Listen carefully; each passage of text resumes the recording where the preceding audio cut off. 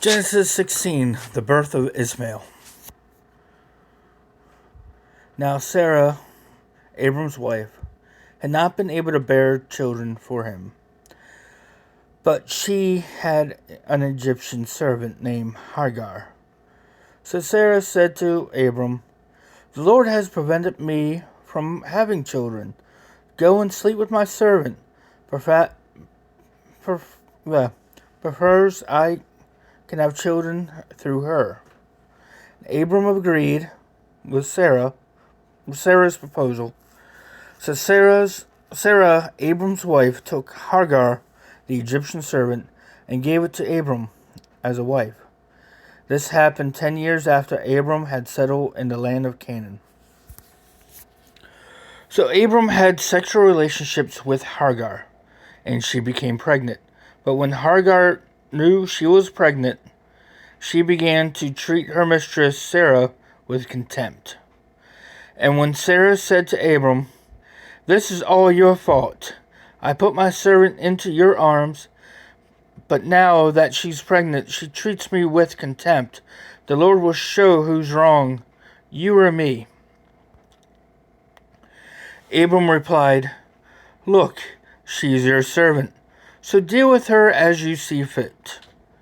Then Sarah treated Hagar so harshly that she finally ran away.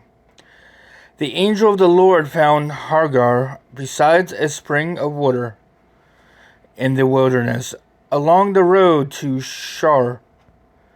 The angel said to her, "Hagar, Sarah's servant, where have you come from and where are you going?"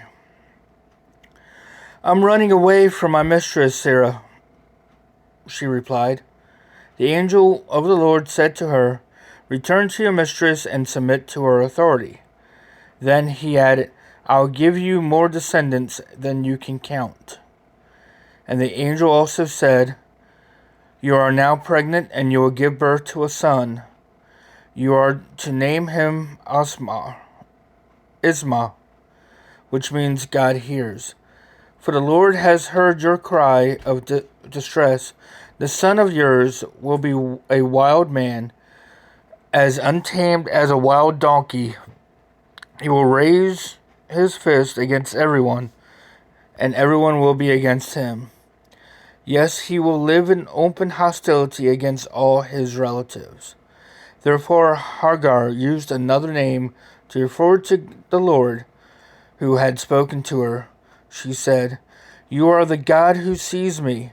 She also says, "Have I truly seen the one who's seeing me?"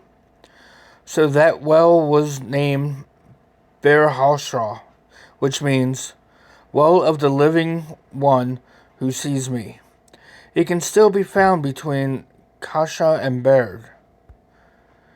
So Hagar gave Abram a son, and Abram named him Ismael. Abram was 86 years old when Ismael was born.